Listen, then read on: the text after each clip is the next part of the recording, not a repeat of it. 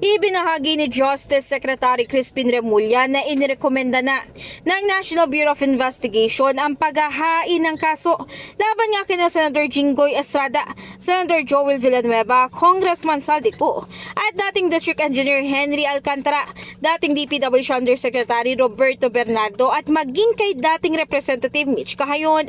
Ito'y kasunod nga ng kanilang pagkakadawit sa flood control project controversy. We gave a digital file to the AMLC, and they already started acting on this because it is already a filed complaint with the Department of Justice. So given that, I believe that freeze orders have been issued already by the AMLC. Aalala ngayong umaga, inilabas na ni Alcantara ang kanyang mga nalalaman tungkol nga sa manumalyang DPWH project sa Bulacan.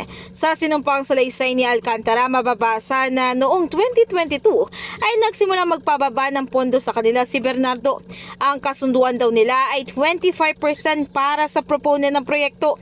Ang pondo kanya nakuha noong 2022 ay nasa 350 million pesos, habang naging 710 million pesos naman noong 2023 at 3.3 billion pesos pagdating ng 2024. Noong 2024 din ay binanggit ni Alcantara na nakatanggap ng pera mula sa kanila si dating Senador Ramon Bong Revilla Jr.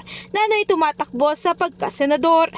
Ayon kay Yusek Bernardo, ang GAA insertions ng 2024 na magkakalaga ng 300 para po 300 milyon na para kay, sabi niya po sa akin, para kay Senator Bong Revilla na noon ay kumandidato bilang senador para sa 2025. Sinabihan ako ni Yusek Bernardo, Henry, kay Sed Bong yan, baka gusto mo tumulong sa kanya. Dagdagan mo ang proponent ko na bahala. Sinabi ko kay Yusek Bernardo, sige po boss, kaya po imbis na 25 ay naging 30 ang naging proponent. Ang total po ay 300 million po. Yun po ay ayon kay Yusek Bernardo. Never ko pong nakakausap si Senator Bong Revilla. Samantala, ikinuwento rin niya na noong 2022 ay humiling si Villanueva ng proyekto na multipurpose building na nagkakahalaga naman ng 1.5 billion pesos.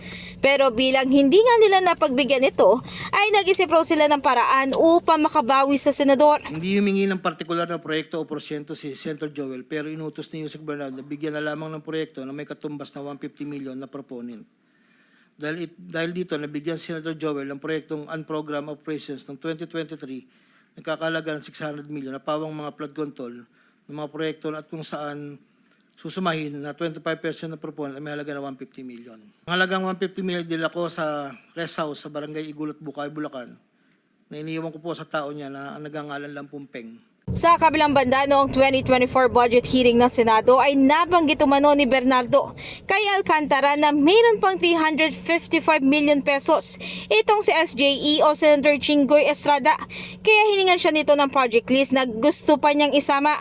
Pero paglilinaw niya ay wala naman daw siyang direktang transaksyon kay Estrada. In the heart of changing lives, ako si Brigada Ann Cortas ng 105.1 Brigada News FM Manila, The Music News Authority.